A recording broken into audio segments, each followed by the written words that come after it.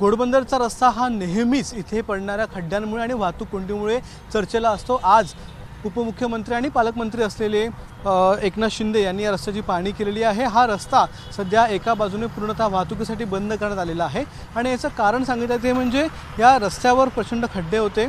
काही महिन्यांपूर्वीच हा जो रस्ता आहे तो दुरुस्तीसाठी बंद करण्यात आलेला होता, मात्र हा रस्ता जो आहे तो पुन्हा एकदा खराब झाला आणि आता त्याची पाहणी करण्यासाठी स्वतः उपमुख्यमंत्री एकनाथ शिंदे यांना यावं लागलेलं आहे। पूर्णतः हा रस्ता जो आहे तो बंद करून इथे आता या रस्त्याचा नवीन बेस तयार केला जातो आहे आणि तो बेस तयार करून मग पुन्हा या ठिकाणी खडी टाकून नवीन रस्ता मास्टिंगद्वारे तयार केला जातो आहे। सर आज सर आपण पाहताय की कशा प्रकारे जिल्हाधिकारी देखील आहेत इथे। जिल्हाधिकारी स्थानिक आमदार प्रताप सरनाईक यांच्याबरोबर आज एकनाथ शिंदे यांनी हा संपूर्ण रस्त्याची पाहणी केलेली आहे। त्याच्याबरोबर PWDचे अधिकारी देखील आहेत, त्यांच्याबरोबर याच ठिकाणचे स्थानिक इतर जे महत्त्वाचे अधिकारी आहेत ते देखील उपस्थित आहेत आणि सगळ्यांकडून या रस्त्यावरचा ताण कसा कमी होईल यासाठी इथे प्रयत्न केला जातो आहे आणि वेगवेगळे जे उपाय आहेत घोडबंदरच्या रस्त्याला इथे वाहतूक कमी करण्यासाठी किंवा इथे जे खड्डे पडतात ते खड्डे कमी व्हावे यासाठी इथे कायमस्वरूपी काय उपाय आहेत ते इथे डिस्कस केले जातात आणि त्याच्यामुळेच आता जर आपण पाहिलं तर संपूर्ण या रस्त्यावर एका बाजूने वाहतूक कोंडी आपल्याला दिसून येते आहे। ही वाहतूक कोंडी जी आहे तीच कमी करायची आहे आणि ही वाहतूक कोंडी का होते कारण की एक मार्गिका जी आहे या रस्त्याची पूर्णतः सध्या बंद आहे आणि आता नवीन मार्गिका जी आहे ती तयार केली जाते आहे। पाहूयात या संदर्भात एकनाथ शिंदे नेमकं काय म्हणतात।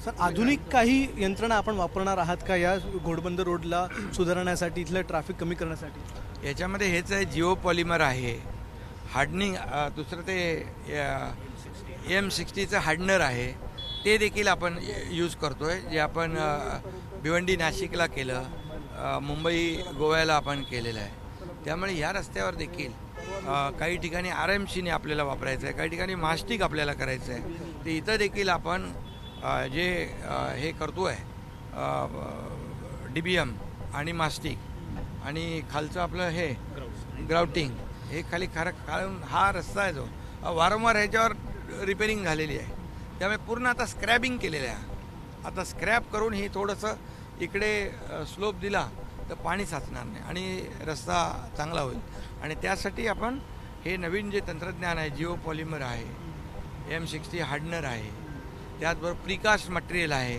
प्रिकास्ट मटेरियल पण आपण वापरतो, म्हणजे डायरेक्ट रस्ते एकदम रोड तयार होतात। आपण जे वापरले भिवंडी नाशिकला आणि मुंबई गोव्याच्या टनेलमध्ये वापरले त्यावेळेस ते प्रिकास्ट रोड घेऊन गेलो होतो आपण, तर ज्या ठिकाणी त्याची आवश्यकता आहे ते तिथं आपण तसं करता येईल। एक प्रश्न विचारला जातोय की तुमचे प्रयत्न दिसत आहेत, दरवर्षी तुम्ही इथे येतात, दौरे करतात, दरवर्षी तुम्ही सांगता की आम्ही प्रत्येक वेळी नवीन नवीन गोष्टी, नवनवीन तंत्रज्ञान, मात्र जे कंत्राटदार आहेत त्यांच्याकडून दरवर्षी उन्हाळ्यामध्ये रस्ता बंद केला जातो, पुन्हा पावसाळ्यामध्ये हा रस्ता खराब होतो। एक काहीतरी कायमस्वरूपी सोल्युशन नाही, ह्याच्यावर तर 60 मीटरचा रस्ता मंजूर आहे, तो 60 मीटरचा रस्ता झाला तर ते कॉन्क्रीटचा रस्ता आहे आणि त्यामुळे मग काय आणि एलिव्हेटेड आहे, त्यामुळे तो झाला तर ट्रॅफिकच दूर होईल।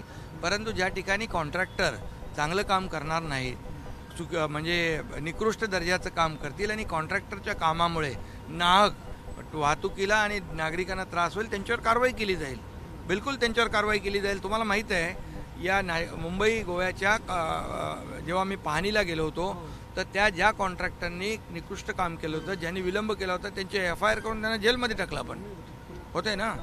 त्यामुळे एकदम कडक कारवाई आपण बिलकुल जे हलगर्जीपणा करतील त्यांच्यावर कठोर कारवाई होईल आणि अधिकाऱ्यांनी पण काम करून चांगलं काम करून घेण्याचं काम अधिकाऱ्यांनी देखील उभं राहून केलं पाहिजे। त्यांच्याकडून क्वालिटी आपण पैसे देतो त्यांना, त्यामुळे क्वालिटी काम करून घेणं ही देखील आपल्या अधिकाऱ्यांची जबाबदारी आहे। तर आपण पाहताय जे निकृष्ट दर्जाचं काम करतील कंत्राटदार त्यांच्यावर मुंबई गोवा हायवेच्या प्रमाणेच इथल्या कंत्राटदारांवर देखील FIR दाखल करू असे आदेश आता एकनाथ शिंदे यांनी दिलेले आहेत आणि अधिकाऱ्यांवर देखील ही जबाबदारी दिलेली आहे की त्यांनी देखील कंत्राटदारांकडून चांगल्यातलं चांगलं काम करून घ्यायला हवं, कारण की त्यांना आपण पैसे देतो आणि त्या पैशाच्या बदल्यात चांगलं काम करून घेणं ही अधिकाऱ्यांची जबाबदारी आहे. त्यामुळे कंत्राटदार आणि अधिकारी त्या दोघांवर जबाबदारी आहे. आता या घोडबंदरच्या रस्त्याने पाहूयात आता तरी या घोडबंदरच्या रस्त्याची परिस्थिती सुधारते का.